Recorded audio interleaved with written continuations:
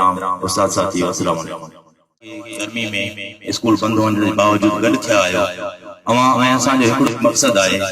त जेका पेटीएल जी चूंड 3 सालनि जे लाइ थींदी आहे उन लाइ असां अहिड़े अॻुवान खे मुंतख़िब कयूं जेको अवां जे हक़नि जी पासदारी करे उस्तादनि जी इज़त जो ख़ासि ख़्यालु रखे उस्तादनि जे ज़मीन जे आवाज़ खे कॾहिं महिरबानी ॾे सभई दोस्त साथी जेके दाके सभिनी हिकिड़ो गॾियल कयो आहे 21 जुलाई खां अॻु में इहो उन्हनि हिकिड़ो तारीख़ी फ़ैसिलो ॾेई छॾियो आहे त कामयाबी मोहतरम ज़फ़र ख़ान जी यकीनी आहे छाती करे हुन उस्तादनि जी दिलि में कयो आहे हुन उस्तादनि जी दिलि में मोहबत पैदा कई आहे हुन उस्तादनि जी इज़त खे पुरवकार बणायो आहे हुन उस्तादनि जे शान मान में तारीख़ी इज़ाफ़ो कयो आहे हुन वक़्त जे ऑफिसर खे लताड़ियो आहे हुन वक़्त जी ब्यूरोक्रेसी बदबस ऑफिसरनि खे गले का झले जवान मारियो आहे एड़ो तारीख़ी अॻुवान वहां के घोटी में छा पर पूरी सिंध में नज़र न ईंदो मां थोरो ई पेटेल के पोइ 3 साल ते थोरो मां ॻाल्हाईंदुसि जेका 2 सालनि खां वठी मां साईं ज़फ़र ख़ान लाखो जी न्याय जी शफ़क़त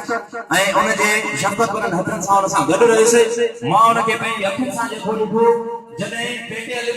जी जराबंदी हुई उन ॾींहुं राति हुकू करे पेटेल खे पंहिंजी अमल तंज़ीम खां उन ॾींहुं राति हुकू करे कराची खां कशमीर ताईं पक थिया त पेटेल हिकु थिए जॾहिं असीं उस्ताद हिकु थींदासीं तॾहिं असां में ताक़त पैदा थींदी जॾहिं असीं खिलखिल हूंदासीं त असां में ताक़त पैदा थींदी अवां ॾिठो कराची खां कारोतर ताईं सभु दोस्त मेन स्कूल में गॾु थिया हुन पंहिंजी भरपूर कोशिशि कई त उस्ताद हिकु उस्ताद जी वॾी वॾी ताक़त आहे उस्ताद सिर्फ़ थींदो तवलो थींदो तरफ़ ब्यूरोक्रेसी खे थींदो तरफ़ डॉक्टर खे थींदो अवां ॾिठो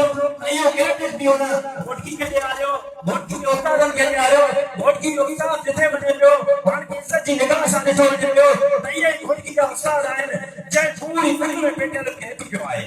वरी जॾहिं मां ॾिठो पेटेल इफ्तियारी में आई मरकज़ी काबीना मरकज़ी वज़ीर काबीना जो हैदराबाद में इजलास थियो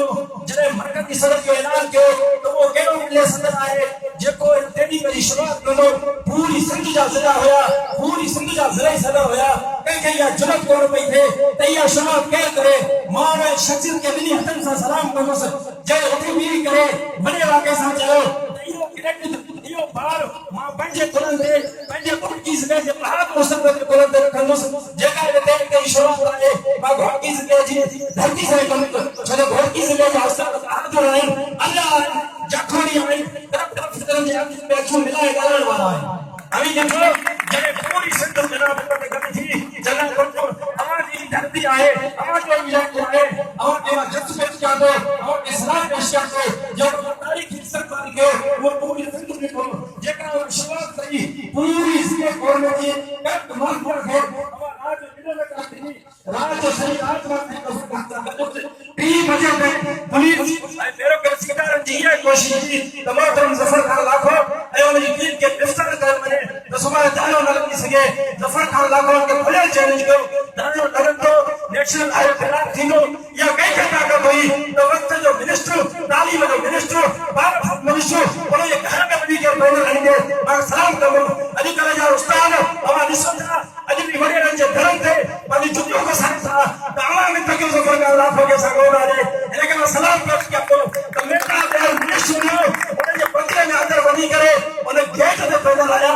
लाइन वीडियो आई मेटा में कराची वटि आयो उन खे मिसाल ॾिनो धरने कागज़ जे सां पैगाम ॾियण आयो मथां असां ख़ुशि आहियूं असीं कहिड़े घर में किरी आया आहियूं असीं उमारे में तोड़े घर ते ईंदासीं असीं त हुनजो ख़्यालु कयो अवां ॾिठो उस्ताद जे हमसफ़रनि जी तादाद में निकिता त नेशनल हाईवे 7 कलाक में ऐलान कयो इहो पेटीएल जी तारीख़ जो बहितरीन ॾींहुं मिलियो उस्तादनि जे अखियुनि जे आख़िर में मिलियो घोटकी ज़िले जे उस्तादनि पाण मल्हायो पेटीएल जी तारीख़ जेकॾहिं ज़िंदा रहंदी अवां उस्तादनि जो जॾहिं बि दुरुस्त कयो वेंदो त अवां उस्ताद पूरी सिंध जी तारीख़ में बहादुर अञा ऐं जाफ़री रहंदा अवां किरदारु ॾिठो कराची जे तेरी वरी मोहतरम ज़फ़र ख़ान लाखो घोटकी में